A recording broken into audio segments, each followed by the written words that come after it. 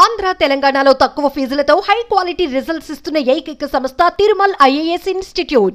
తెలంగాణ ప్రాచీన సంస్కృతి పండుగలకు పుట్టినిళ్లు. అందులో మొదటగా గుర్తుకొచ్చేది బతుకమ్మ పండుగ. ఇది దేశంలో అరుదైన పూల పండుగ.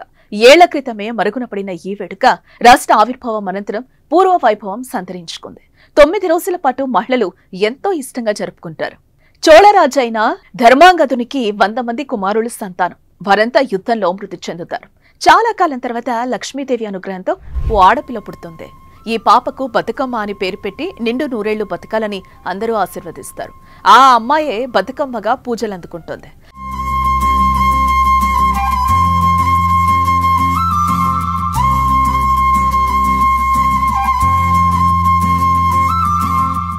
గ్రామీణ ప్రాంతాల్లో దొరికే గునుగు, చామంతి, తోక చామంతి, తంగేడు, కట్ల, పిట్టకాలి, ఎర్రగన్నేరు, రుద్రాక్ష, బీరగుమ్మడి, ముద్దబంతి వంటి రంగురంగుల పూలు సేకరించి చక్కగా పేర్చి పైన పసుపు ముద్ద నిలిపి గౌరీదేవిగా కొలుస్తారు.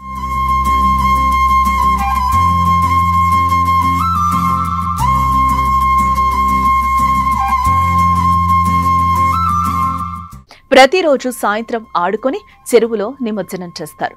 9 రోజులు 9 పేర్లతో బతుకమ్మను పిలిచి కొలుస్తారు. 9 రకాల ఫలాలు సమర్పిస్తారు.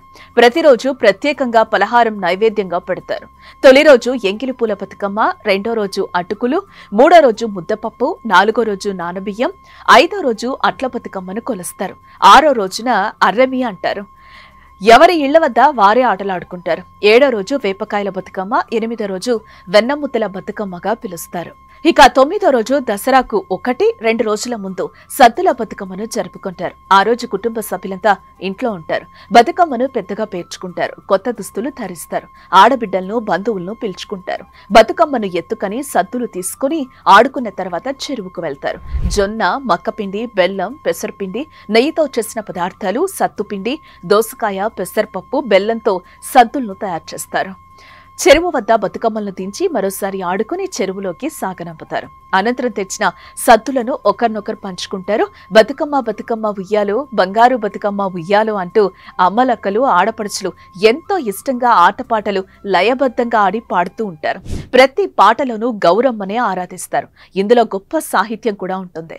ఎక్కువగా ఆడపిల్లల జీవితాలు, కష్టాలు, అత్తవారింట్లో ఎదుర్కొనే సమస్యలు పాటల రూపంలో బయటకొస్తూ ఉంటాయి.